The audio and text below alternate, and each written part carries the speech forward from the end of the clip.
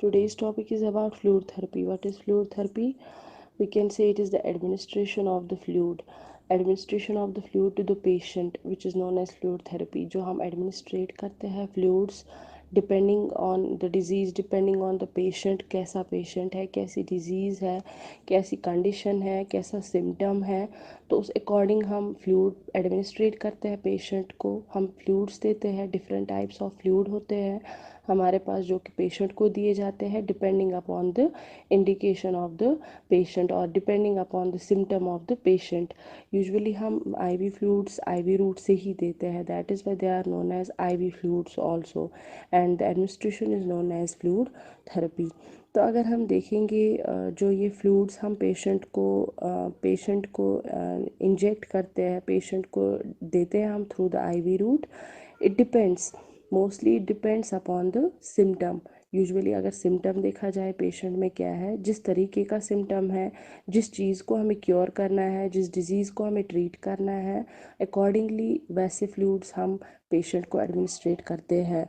तो हम ये कह सकते हैं जो फ्लूइड है जो कि एडमिनिस्ट्रेट किए जाते हैं पेशेंट को, ये हम ट्रीटमेंट के लिए भी देते हैं और it can B also given for the preventive measures के लिए भी दिया जाता है. For the prevention of the disease, for the prevention of the symptom, we can go for the fluid therapy. Now indications, what are the indications for the fluid therapy?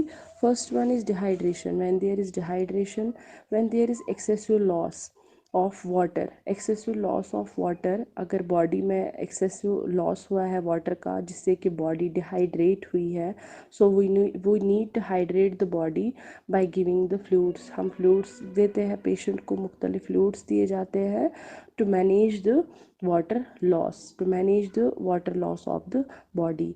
तो water loss किन चीज़ों से हो सकता है? It can be by excessive diarrhoea. अगर patient में excessive diarrhoea हो रहा है फॉर मतलब बहुत टाइम से, बहुत घंटों से, या बहुत दिन भी हो सकते हैं इसमें, तो उसके लिए भी हम फ्लूइड थेरेपी का इस्तेमाल कर सकते हैं.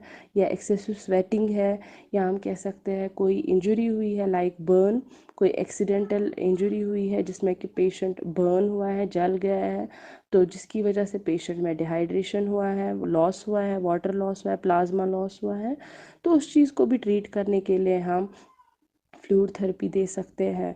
Second one is electrolyte imbalance. When there is electrolyte imbalance, when there is abnormal when there is abnormal rate of elements of minerals in our body like sodium, potassium, हम उस चीज़ को maintain रखने के लिए, उस चीज़ को मेंटेन करने के लिए, इलेक्ट्रोलाइट बैलेंस करने के लिए we use fluids like sodium, potassium to the patient's body, जिससे कि इलेक्ट्रोलाइट इम्बैलेंस जो है वो मेंटेन रहता है, वो वापस इलेक्ट्रोलाइट बैलेंस बन जाता है.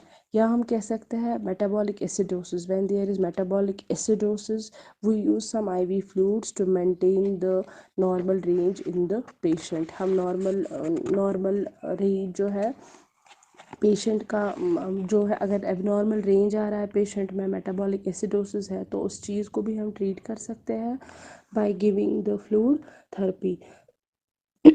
Fourth one is source of nutrients. When we have to give the source of nutrients to the body, to the patient's body. अगर patient है, fasting में है patient, like in preoperative case, in intraoperative case और in postoperative case, patient orally कुछ नहीं ले सकता है, patient को हमें orally नहीं देना है, तो इसके लिए हमें कुछ सोर्स ऑफ न्यूट्रिएंट ऐसा बनाना है कि जिससे कि पेशेंट की बॉडी पे कोई असर ना आए. नो डाउट वो ऑरली कुछ नहीं ले रहा है, लेकिन फिर भी इसकी बॉडी जो है फुल्ली डाइट में रहनी चाहिए, फुल्ली न्यूट्रिएंट्स मिलने चाहिए, प्रोवाइड होने चाहिए बॉडी को. तो उस चीज़ के लिए भी हम फ्लूइड्स का इस्तेमाल कर सकते हैं. जबकि पेशेंट खुद से कुछ नहीं ले पा रहा है, ऑरली कुछ खा नहीं पा रहा है, तो उसके लिए हम एक ज़रिया बना सकते हैं. We can give him or her IV fluids, we can administrate IV fluids for to become the source of nutrient supply to the patient's body. Fifth one is medium for dilation of IV drugs. When there we have to give IV drug to the patient, तो IV drugs को dilute के लिए, dilation के लिए हम अगर कोई drug हम directly नहीं दे सकते हैं, we have to dilute the drug. If there is if there is we can say if there is conclusion for the drug that we have to give the drug, we have to give the drug in the diluted form, we can dilute the drug into the IV fluid also, which is administered to the patient. Sixth one is shock. All the patients of the shock need to be quick administration. You should know that all the patients in shock need to be quick administration of the IV fluids for the resuscitation. Resuscitation के लिए भी IV fluids का बहुत ही main part रहा है, जिसमें कि हम पेशेंट को रेसिस्टेशन से पहले पहला जो हमारा जो फोकस होता है, we administrate the fluid to the patient's body. Seventh one is if we have to keep the IV line patent. अगर emergency अगर सर्जिकल पेशेंट है, या अगर कोई ऐसा पेशेंट है, थेरेपी पेशेंट है, जिसके लिए कि हमें IV लाइन पेटेंट चाहिए या हमें IV लाइन की पेटेंसी चाहिए, तो पेटेंसी मेंटेन रखने के लिए for maintaining the patency of the IV line we can administrate the fluid like normal saline through the IV line for maintaining the patency of the IV line. If we want the patency of the IV line, we can administrate like normal saline. We can administrate normal saline for maintaining the patency of the IV line.